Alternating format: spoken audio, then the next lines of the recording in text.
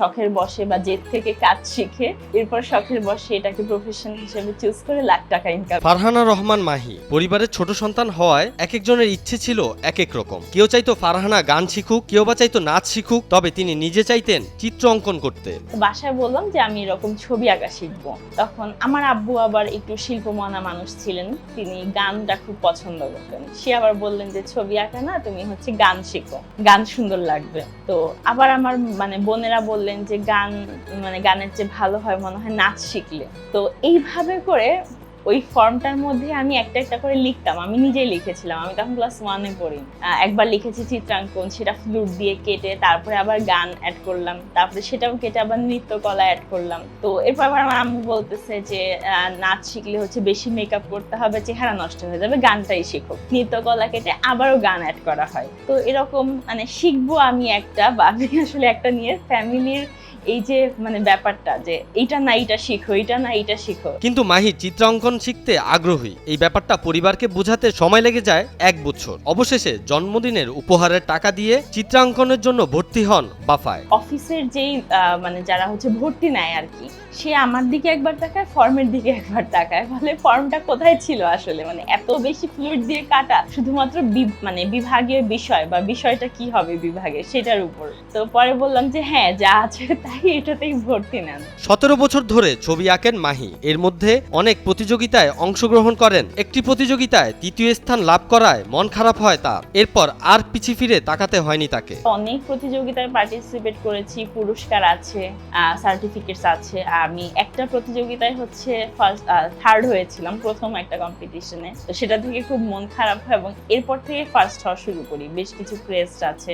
ছবি আঁকতে পারদর্শী মাহি বর্তমানে চিত্রাঙ্কন শিক্ষিকা হিসাবে পরিচিত। ডাক্তার, ইঞ্জিনিয়ার, ব্যবসায়ীরা হচ্ছেন তার ছাত্রছাত্রী। ডাক্তার প্রফেশনে আছেন, ইঞ্জিনিয়ারিং প্রফেশনে আছেন, তারপর বিভিন্ন বিজনেস করছেন, এরকম প্রফেশনে আছেন। মেন্টাল হেডেক যেটা বা ফ্রাস্ট্রেশন তাদের মধ্যে, সেই জিনিসগুলো তারা কাটিয়ে ওঠার জন্য আসলে ছবি আঁকাটা প্র্যাকটিস করে। ছবি আঁকা শুধু জীবিকার তাগিদে নয়, ছবি আঁকতে পারলে মানসিক শান্তি পাওয়া যায়। ছবি আঁকা শিখতে পারলে একাকিত্ব দূর হয় বলে দাবি করেন শিক্ষিকা। অনেক স্টুডেন্ট আছেন আমার যারা মেডিকেল প্রফেশনে আছেন। তো তাদের একটাই কথা যে আপু, আমরা সারাদিন এত পেশেন্ট ডিল করি, এর পরের দিন শেষে আসলে নিজের জন্য ভালো লাগার কোনো জায়গা নেই, বা এমন কোনো সময় নেই যে সময়টাতে আমি আমাকে খুঁজে পাবো। তো এই যে আমি আমাকে খুঁজে পাওয়ার জন্য যে জায়গাটা, সেটা ওই ছবি আঁকাটাই তাদেরকে তৈরি করে দেয়। ছবি কথা বলে। মাহি বিভিন্ন বাস্তব চরিত্র তুলে ধরেন তার শিল্পে। বললেন একজন মানুষের শরীরে প্রতিটি অঙ্গ কথা বলে। এই কাজটা এই নিয়ে একজন ফকির, হ্যাঁ, তো তাকে আমরা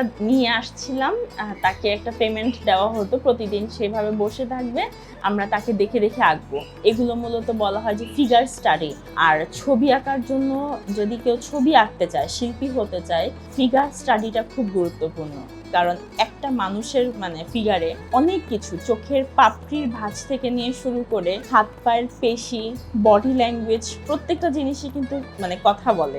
রাজধানী বুড়িগঙ্গা নদীর তীরে মানুষের বৈচিত্র্যময় জীবনযাপন নিয়ে ছবি এঁকেছেন এই শিক্ষিকা। নদীর পাড়ে মানুষ কি কি কাজ করে তাই তুলে ধরেছেন তিনি। এই ছবিটার মধ্যে কিন্তু প্রত্যেকটা ফিগার আলাদা আলাদা ছবি থেকে কালেক্ট করা করে একটা পেইন্টিং অ্যাড করা হয়েছে।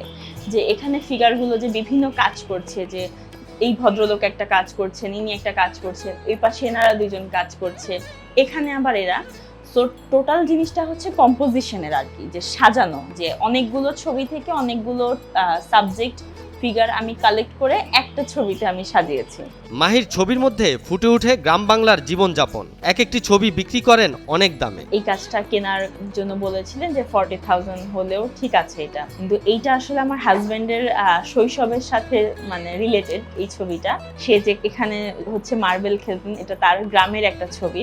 আমি ওই ছবিটা তুলে এনেছিলাম আমার শ্বশুর বাড়ি থেকে। আমি আবার আমার শ্বশুর বাড়িতে গেলে প্রচুর ঘুরি। এই শিক্ষিকা রং তৈরি করেছেন প্রকৃতির থেকেও। বললেন প্রকৃতির রং কখনো পরিবর্তন হয় না। জবা ফুল, তারপরে হলুদ বাট কাঁচা হলুদ, তারপরে জাফরান, এগুলো থেকে রং কালেক্ট করেছিলাম, করে একটা পেইন্টিং করেছিলাম। সেটা আবার ভিন্ন একটা মিডিয়া, ওইটাকে বলা হয় গোয়াশ টেম্পোরা। তো টেম্পোরার মধ্যে ডিমের কুসুম, ভিনেগার, আর আপনার এই যে নেচার থেকে কালেক্ট করার পিগমেন্টেশন গুলো, কালার পিগমেন্টেশন গুলো, এগুলো দিয়ে ওই গোয়াশ টেম্পোরাটা করা হয়। এক একটি ছবি তৈরি করতে 1 মাসের উপর সময় লেগে যায়। ভালো মানের ছবি আঁকতে এতে হলে টাকা এবং সময় দুটিই বেশি লাগে। নর্মালি একটা অয়েল পেন্টিং করতে 15 থেকে 20 দিন, 1 মাসও লেগে যায় অনেক সময়। তো এইটা আমার যতদূর মনে পড়ে আমি একসাথে 4টা কাজ শুরু করেছিলাম অয়েল পেন্টিং এ, যে কতক্ষণ এটা শুকানোর জন্য সময় দিয়ে আবার আরেকটা, এইভাবে করে প্রায় 1.5 মাসের মতো লেগেছিল।